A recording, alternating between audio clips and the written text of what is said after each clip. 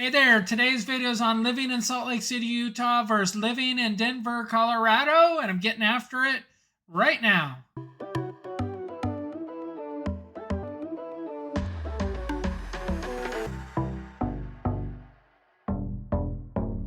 Welcome back, everybody. I'm Greg Speckman. I'm with the Living in Salt Lake City channel. So if you want to learn everything about what it's like to live here, eat here, sleep here, and play here, then click the subscribe button and the bell to be notified every time I do new videos.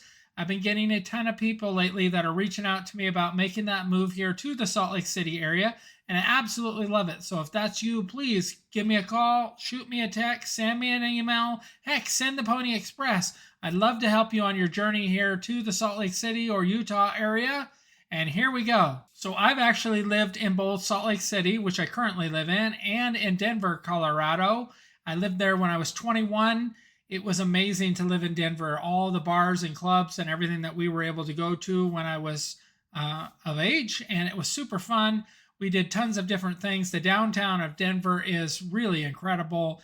It was, back then at least, it was super safe to walk around it at night. We went all the time downtown, and it was just a lot of fun. And I would have definitely moved to Denver if it had worked out that way for me. But it was just a short little 6-month stay, and then I was back on my way. So population-wise of Colorado has a ton more people, about 2.5 million more people than Utah has. So if you are looking for the state that has less people, less traffic, less just everything, then Utah is a better state for you than Colorado is. As far as the greater Salt Lake area, you're looking at a population of about 2.7 million people. And then the population of the greater Denver area is just shy of 3 million people. So there's roughly 300,000 or 400,000 less people in the greater Salt Lake versus the greater Denver area. Public transportation, what I've been able to see, Denver and Salt Lake both have decent public transportation to get around. I happen to know Salt Lake's public transportation. We have the front runner train, the track system, and then buses, Uber and Lyft. And as far as Denver goes, they have some things for you to get around as well. And their system is different than Salt Lake's, but it's still comparable. Airport wise, I've flown into Denver numerous times. I hate Denver Airport. We're always delayed every time we've gone through Denver, anytime we fly anywhere out east. So I will make sure when I book tickets from Salt Lake that we don't go through Denver.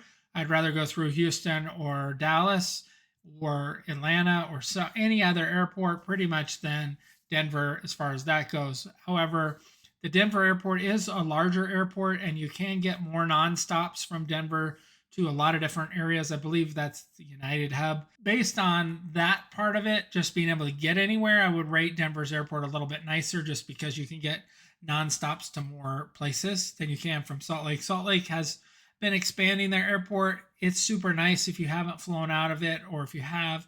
The only negative really is that mile walk when you get Terminal B, but they do have the conveyor belts, and they do have the little cart thing that you could ride if you needed to. But so that's about the airports. Food in the airports, I can't remember what restaurants are in Denver, but I know in Salt Lake you have some great food options in the Utah one for you if you have a layover there or you're flying out of Salt Lake City. Legal drug wise, legal drugs in Utah, you can get a medical marijuana card in Salt Lake to have that.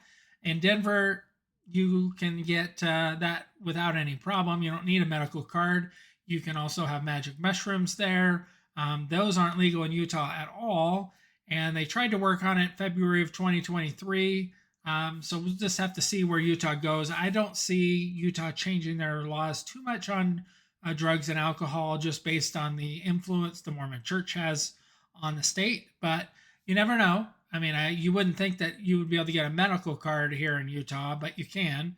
Outdoors, it's going to be very, very similar. I think you're not going to see much difference as far as your hiking, your biking, mountain biking, camping, fishing, all of that. Skiing, snowboarding, both are arguably have the best snow on earth.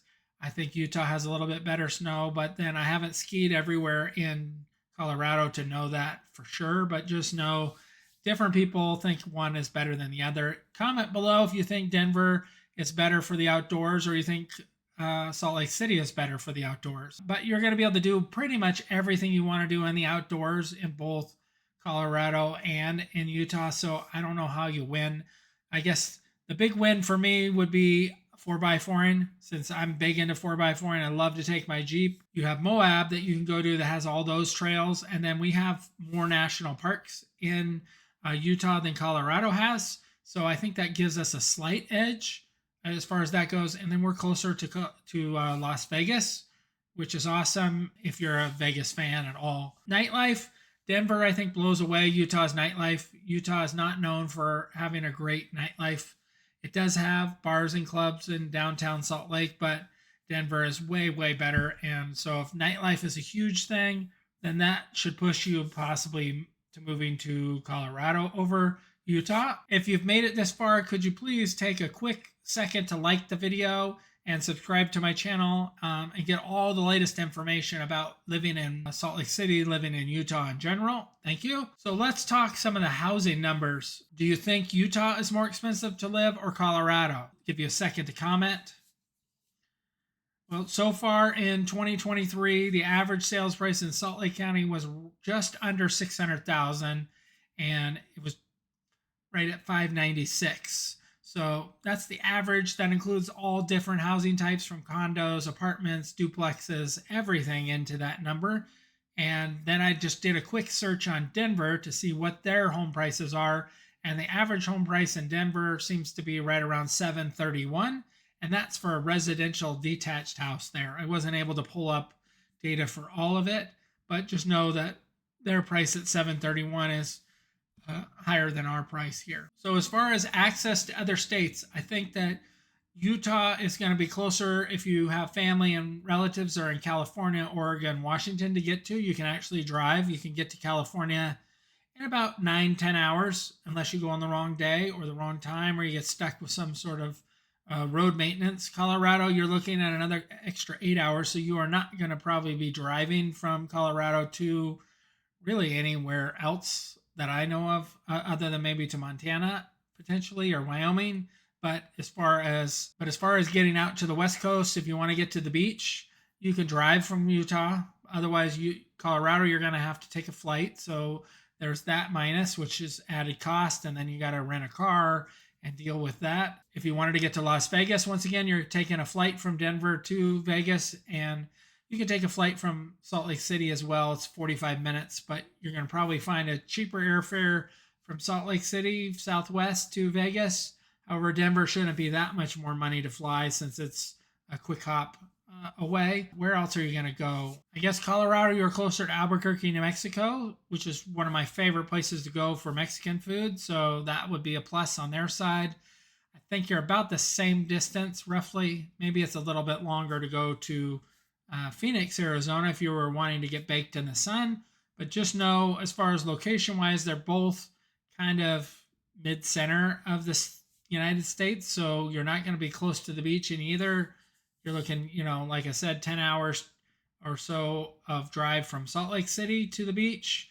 And then you're 17, 18 hours from Denver to the beach. So it's definitely a further drive as far as that goes. Both places are super awesome to live in. I don't know how you would choose one over the other one, but if you reach out, I can share with you more about some of the pros and cons of living in both. You just got to give me a call, shoot me a text, send me an email. I can help you here in Salt Lake City, or I have a great partner agent in the Denver, Colorado area. So if you want to move there, I can help you there as well.